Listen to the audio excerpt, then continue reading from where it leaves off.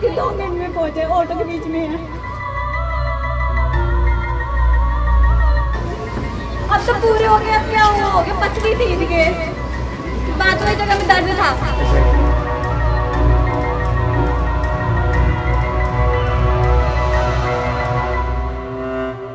एक 2 मिनट में पहुंचे, ऑटो के बीच में है।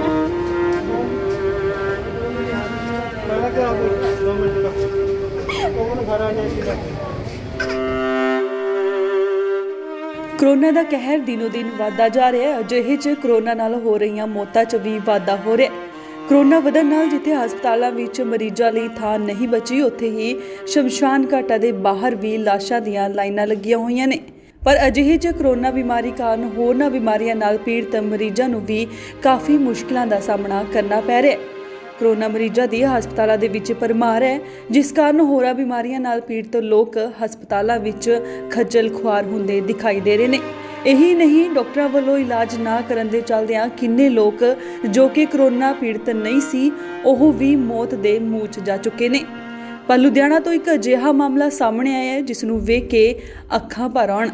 ਤਸਵੀਰਾਂ ਵਿੱਚ ਤੁਸੀਂ ਜੋ ਬੇਬਸ ਔਰਤ ਤੇ 2 ਨਿੱਕੇ ਬੱਚੇ ਦੇਖ ਰਹੇ ਹੋ, ਇਹ ਨੇ ਉਹ ਬਦਨਸੀਬ ਜਿਨ੍ਹਾਂ ਨੂੰ ਆਪਣੇ ਬਿਮਾਰ ਪਿਤਾ ਤੇ ਪਤੀ ਨੂੰ ਨਾ ਤਾਂ ਹਸਪਤਾਲ ਲਿਜਾਉਣ ਲਈ ਐਂਬੂਲੈਂਸ ਮਿਲੀ ਤੇ ਨਾ ਹੀ ਹਸਪਤਾਲ ਵਿੱਚ ਥਾਂ। ਇਹ ਹੈ ਲੁਧਿਆਣਾ ਦਾ ਉਹ ਸਿਵਲ ਹਸਪਤਾਲ ਜੋ ਕਿ ਇਸ ਬੇਬਸ ਔਰਤ ਲਈ ਉਸ ਸਮੇਂ ਨਰਕ ਦਾ ਦੁਆਰ ਬਣ ਗਿਆ ਜਦੋਂ ਇਸ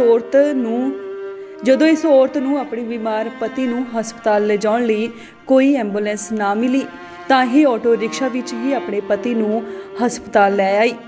ਪਰ ਇੱਥੇ ਪਾਣਾ ਇਹ ਵਰਤਿਆ ਕਿ ਬਦਕਿਸਮਤੀ ਤੇ ਸਰਕਾਰ ਦੀਆਂ ਨਾਕਾਮੀਆਂ ਕਾਰਨ ਉਸ ਦੇ ਪਤੀ ਦੇ ਹਸਪਤਾਲ ਪਹੁੰਚਦਿਆਂ ਹੀ ਮੌਤ ਹੋ ਗਈ, ਜਿਸ ਤੋਂ ਬਾਅਦ ਹਸਪਤਾਲ ਵਾਲਿਆਂ ਨੇ ਉਸ ਨੂੰ ਮ੍ਰਿਤਕ ਐਲਾਨ ਕਰ ਦਿੱਤਾ। ਪਰ ਇੱਥੇ ਇਨਸਾਨੀਅਤ ਸ਼ਰਮਸਾਰ ਹੁੰਦੀ ਉਦੋਂ ਦਿਖਾਈ ਦਿੱਤੀ ਜਦੋਂ ਹਸਪਤਾਲ ਵਾਲਿਆਂ ਨੇ ਮ੍ਰਿਤਕ ਦੇ ਲਿਜਾਉਣ ਲਈ ਇੱਕ ਐਂਬੂਲੈਂਸ ਦਾ ਇੰਤਜ਼ਾਮ ਤੱਕ ਨਹੀਂ ਕਰਕੇ ਦਿੱਤਾ ਤੇ ਬਾਅਦ ਵਿੱਚ ਮਜਬੂਰ ਔਰਤ ਨੇ ਆਟੋ ਰਿਕਸ਼ੇ ਵਾਲੇ ਨੂੰ ਉਸਦੇ ਪਤੀ ਦੀ ਦੇਹ ਲਿਜਾਉਣ ਲਈ ਕਿਹਾ ਤਾਂ ਆਟੋ ਰਿਕਸ਼ੇ ਵਾਲੇ ਨੇ ਤਰਸ ਕਰਕੇ ਉਸ ਨੂੰ ਹਾਂ ਕਰ ਦਿੱਤੀ। ਪਰ ਕੁਝ ਦੇਰ ਬਾਅਦ ਇੱਕ NGO ਉੱਥੇ ਪਹੁੰਚੀ ਤੇ ਮਹਿਲਾ ਦੀ ਮਦਦ ਕੀਤੀ। ਛੋਟ कोई नहीं अब तो पूरे हो गए, अब क्या हुआ हो गया, पथरी थी इनके, बात वाली जगह में दर्द था। अच्छा जी। और क्या बताओ, इलाज नहीं मिला, इलाज नहीं हुआ। नहीं, आते आते पूरे हो गए दर्द से। ਮ੍ਰਿਤਕ ਵਿਅਕਤੀ ਦੀ ਪਤਨੀ ਨੇ ਦੱਸਿਆ ਕਿ ਉਸਦੇ ਪਤੀ ਦਾ ਪਹਿਲਾਂ ਵੀ ਪਥਰੀ ਦਾ ਇਲਾਜ ਚੱਲਦਾ ਸੀ, ਪਰ ਵੀਰਵਾਰ ਨੂੰ ਉਸਦੇ ਤੇਜ਼ ਦਰਦ ਹੋਣ ਲੱਗਾ।